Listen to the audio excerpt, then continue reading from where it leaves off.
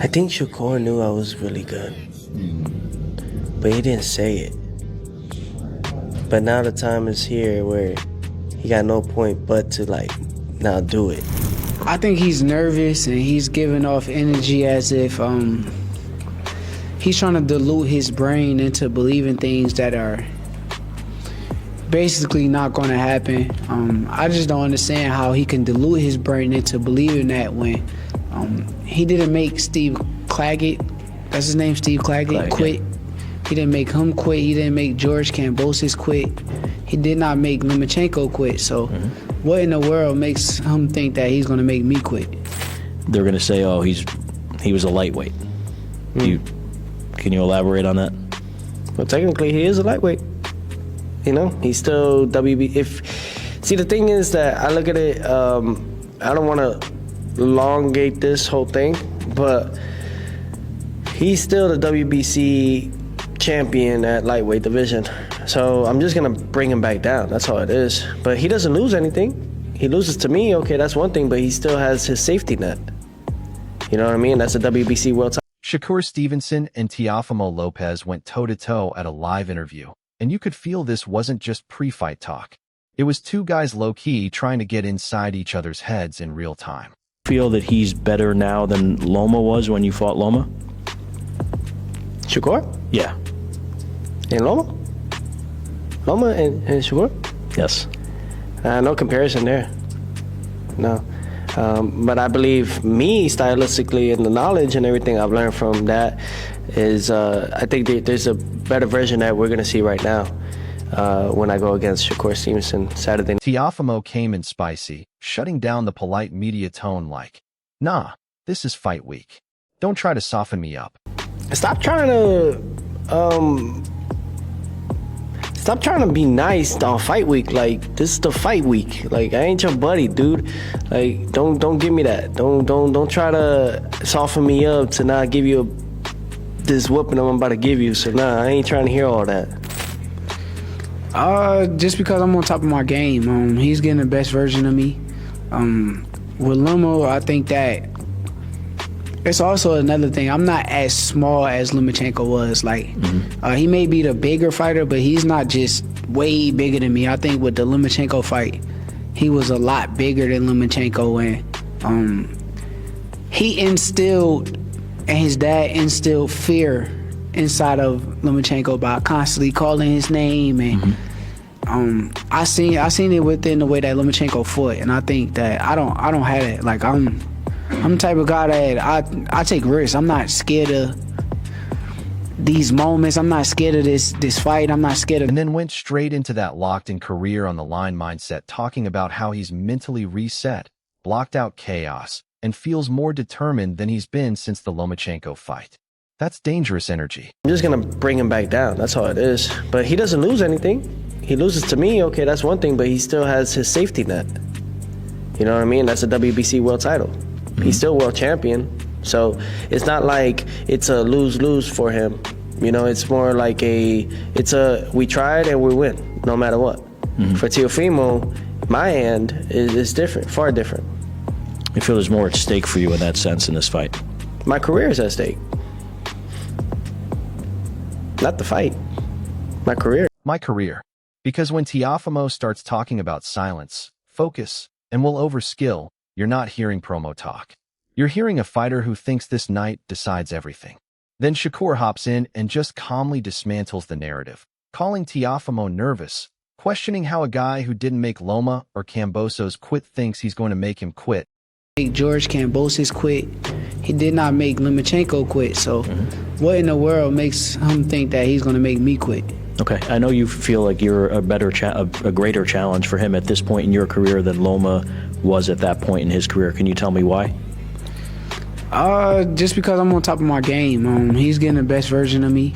With Lomo, I think that it's also another thing. I'm not as small as Lomachenko was. Like, he may be the bigger fighter, but he's not just way bigger than me. I think with the Lomachenko fight, he was a lot bigger than Lomachenko. And casually sliding in that he sees himself top 4 pound for pound after this. Cold confidence, no shouting, just I'm on top of my game and you're about to see it. He even breaks down the Loma fight like a professor, saying Teofimo got more credit than he deserved and Loma beat himself early, which is such a subtle psychological jab. He instilled, and his dad instilled fear inside of Lomachenko by constantly calling his name, and I seen it within the way that Lomachenko fought, and I think that I don't have it. Like I'm the type of guy that I take risks. I'm not scared of these moments. I'm not scared of this fight. I'm not scared of none of this. I prepare myself to my whole capacity, and I know that come fight night, what I did in my preparation is going. And when Shakur starts talking about Teofimo overrated power, struggles with southpaws and delusion in his mindset, that's not trash talk. That's strategic disrespect. Then Teofimo counters with gratitude, God, career stakes, and legacy talk, which makes this whole thing feel like ego versus purpose, analytics versus belief, IQ versus will. A switch hitter who really fights naturally orthodox, but he chose to fight him southpaw the whole night. So when I hear him say them things, it's okay, believe what you want. I told you there's a lot of delusion that goes on inside of his brain. Like I said, Steve Claggett was a smaller guy. And being that he was a smaller guy, I watched Teo load up and hit him big, hit him with the biggest shots that he could throw, and the guy just walked right through it. He just boom, keep it moving, walk right through it. So I can't say it's that. I don't know what to make for it. I think he can punch, but I think like he overrates his own. Both guys think this one reshapes their legacy. Both think the other is misunderstood. And both sound like they're preparing for the biggest night of their lives. This isn't just a fight anymore. It's two philosophies about boxing, confidence, and destiny colliding under the Madison Square Garden. That's how you're going to perform on Saturday night. I don't know how I'm going to perform. I just know when it happens, it's in God's favor. It's His will. It's not mine. So whatever He decides that night, it's not up to me, guys. It's up to the Father. What would it mean for you and your legacy to do what you know you're going to do on Saturday? It means everything. I trained really hard for this moment. Blood, sweat, tears is all on this, and I had a hard training camp, 12 weeks, and I'm just ready to. And right after that Shakur Teofimo tension-heavy stare-down energy, the conversation doesn't even cool off. It just sharpens because Malik Scott and the inside the ring crew come in like surgeons and with gloves on, turning the hype into anatomy class. Malik starts talking about Shakur's southpaw jab like it's a weapon system, not a punch. And I'm nodding because when he says Shakur catches guys the second they rock forward, that's predator time. That's one of the best jabs in the business, in my opinion, especially from a southpaw standpoint. Because what he do, as fighters has this rocky, back and forth place before they about to do offense, Shakur always catches it and hits you with the beautiful jab right there. He has a great measure. Goes straight at Teofimo's habits, calling out that low lead hand against southpaws like a technical crime scene. And you can almost hear every coach in America whispering, "Don't do that," in unison. What makes it crazy is Malik doesn't even paint it dramatic. He just calmly explains how that jab becomes a momentum killer, a rhythm thief, a psychological brake pedal. Has a very, very good jab. So that means Teo lead hand down, going into offense against Shakur, going with his lead hand down, he's open for the jab. And we all know that's one of Shakur's best shots. And when he brings up the Zepeda fight, saying Shakur surprised him under the lights, that's a subtle warning. Jim Shakur and Big Stage Shakur are two different beasts. Hitchens basically paints Shakur as this pressure-tested competitor who levels up when the moment is hot, but still leaves the door cracked for Teofimo if he can bring real threat, not just noise. So yeah, Hitchens isn't picking Teofimo, but he's saying Teofimo's only real win condition is fear. And in boxing, fear is sometimes the most powerful punch you can throw. Interview number 16. So when you stack all of this together, the press conference mind games, Malik Scott dissecting habits like a coach with a microscope, Max and the panel weighing chaos versus structure, Bradley warning that fundamentals always collect interest, and Hitchens boiling the whole fight down to one word, danger. You realize this isn't just Shakur versus Teofimo. Because of Teo's feet, and I've said this before, Teo can be on the side of you while he's giving you angles he can match Shakur's speed. Speed, yes, maybe not technique, but speed, yes. He has better power, and his feet are really good. So when he's on the side and creating angles, yes, I like Shakur on points. I would not be surprised if Teo won, and I would not be surprised if these two guys have a 3-fight series. Then he flips it to the body work. And that's where it gets nasty, because when he talks about Shakur freezing the guard to open the core, that's not flashy boxing. That's slow damage. The kind that doesn't show up on Twitter highlights, but wins fights in the dark rounds. And when Max and the panel jump in talking Shakur on points, Teofimo's athleticism, feet, angles, resumes, and don't be shocked if Teofimo wins, it turns into this beautiful contradiction storm. You fight everybody. By the way, even the in-between fights that Teo's had, you look at dudes that serious fights. If you took Josh Taylor and Lomachenko off his resume, he'd have as good a resume as the rest of these guys. Come on now. So you keeping the real right now. Teo's the real deal. I love how nobody sounds certain, but everyone sounds convinced. Malik saying system, Max saying safety bet, the panel saying don't sleep on Teofimo's engine, and we're sitting here like, yeah, all of that can be true at the same time. That's the beauty of this matchup. You're not watching a fight. You're watching theories collide, styles, habits, psychology, athleticism, discipline, timing, all crashing in one ring.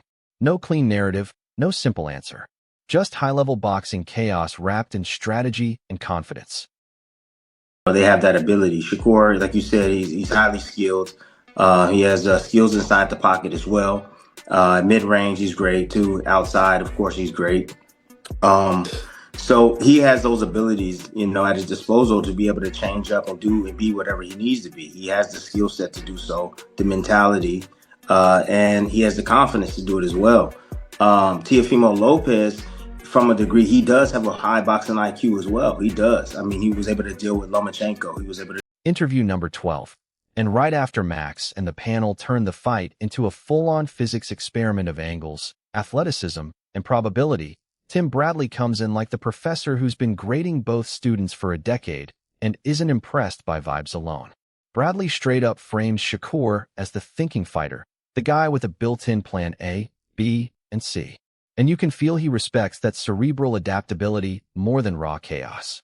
He admits Teofimo has a high boxing IQ and that explosive athleticism that lets him invent moments in real time. But then he hits that warning bell. Creativity gets a lot harder when the guy in front of you sees everything coming. Bradley basically paints Teofimo as this dynamic rhythm-switching wild card who can steal early rounds with pressure and unpredictability, but says the technical gaps, hands dropping, footwork lapses, defensive carelessness are exactly the kind of micro. For the most part, I see Teo where he's going to struggle is just from the technical aspect. He doesn't always bring his hands back to his face. He shoots his jab, he brings it back low. And I know some of you can be like, well, I mean, yeah, he does that, Tim, but he can also, convert it, from a jab down low and, having to bring his hand back low. And he has the ability to sweep up with a left hook. Yes, he does have that ability. But again, that's against these other guys that he's faced. He's facing a guy with a high boxing IQ, one of the best. Interview number 13. The way he breaks it down, Shakur might take a few rounds to download Teofimo's rhythm. But once that happens, those tiny mistakes start looking like blinking targets. He keeps circling back to frustration, too, saying Teofimo's real test isn't power or speed. It's whether he can stay mentally steady when he can't land clean and starts getting picked apart by fundamentals. Bradley also goes heavy on preparation and discipline, basically saying fights are 1 month before the bell. And he clearly thinks Shakur's environment and mentality give him an edge there. Then he drops the Bud comparison, calling Crawford-level sparring a cheat code for growth, and straight up questions whether Teofimo is getting that same elite sharpening. His bottom line isn't Teofimo can't win, it's more dangerous. Shakur's technical consistency versus Teofimo's athletic brilliance. And when things get chaotic, the technician usually cashes the check. That's Bradley's thesis. Teofimo can be spectacular, but Shakur is built to systematically erase spectacular. I mean, everybody expects me to be like, Shakur's gonna win easily, right? Well, that's what we think. Yeah, but I think it's a good fight. I think it's honestly 60-40. I think, obviously favors Shakur. He's the more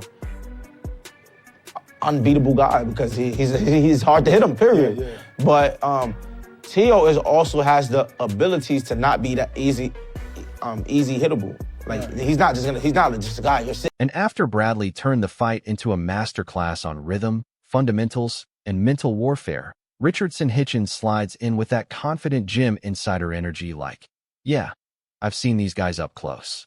Let's keep it real. Hitchens gives Teofimo his flowers, calls him a complete talent, but then immediately plants his flag. I'm special too. I'm one of them. That's that fighter ego you need at this level. If you don't think you're elite, you're already done. But what really hits is when Hitchens shifts to Shakur versus Teofimo and frames it like a danger-based equation. He straight up says Shakur is the favorite because he's just hard to touch. But Teofimo isn't some stationary target either. Athletic, defensive, capable of making you miss and pay. Then Hitchens drops the key line. It's all about whether Teofimo can make Shakur think twice. That's the whole fight in one sentence. Athletic and defensive at times. Yeah, so I think it's a 60-40 fight. I'm favoring Shakur. And I don't know how Shakur is going to win the fight. I don't know what Shakur is. With Shakur, it's all about the danger you could put in front of him. Mm-hmm. That's one thing I do know. If he feel like it's danger and you got his mind thinking and working, you can taint him and make him keep. Interview number 15. If Shakur feels zero threat, he's going to cook Teofimo like a surgeon with Wi-Fi. But if Teofimo can inject danger into Shakur's brain, make him hesitate, make him respect what's coming back. Suddenly, it's chess with a timer. Hitchens even admits Shakur might still win, but it becomes that get what I can and slide type of performance instead of a clinic. And when he brings up the Zepeda fight, saying Shakur surprised him under the lights, that's a subtle warning. Gym Shakur and big stage Shakur are two different beasts. Hitchens basically paints Shakur as this pressure-tested competitor who levels up when the moment is hot, but still leaves the door cracked for Teofimo if he can bring real threat, not just noise. So yeah, Hitchens isn't picking Teofimo, but he's saying Teofimo's only real win condition is fear. And in boxing, fear is sometimes the most powerful punch you can throw.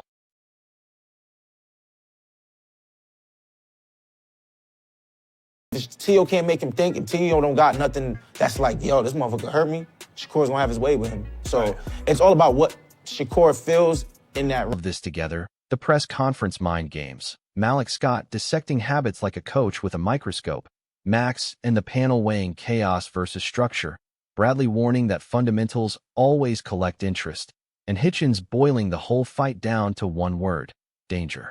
You realize this isn't just Shakur versus Teofimo. It's order versus volatility in real time. Shakur is being framed as the system, the algorithm, the guy who slowly deletes your options until you're shadow boxing with anxiety. While Teofimo is being framed as the glitch in the system, the athlete who can break patterns with one explosive moment if he forces Shakur to respect him. Every expert is basically saying the same thing in different languages. If Teofimo can't break Shakur's rhythm and confidence, it turns into a clinic. If he can inject chaos into Shakur's brain, we might get a classic.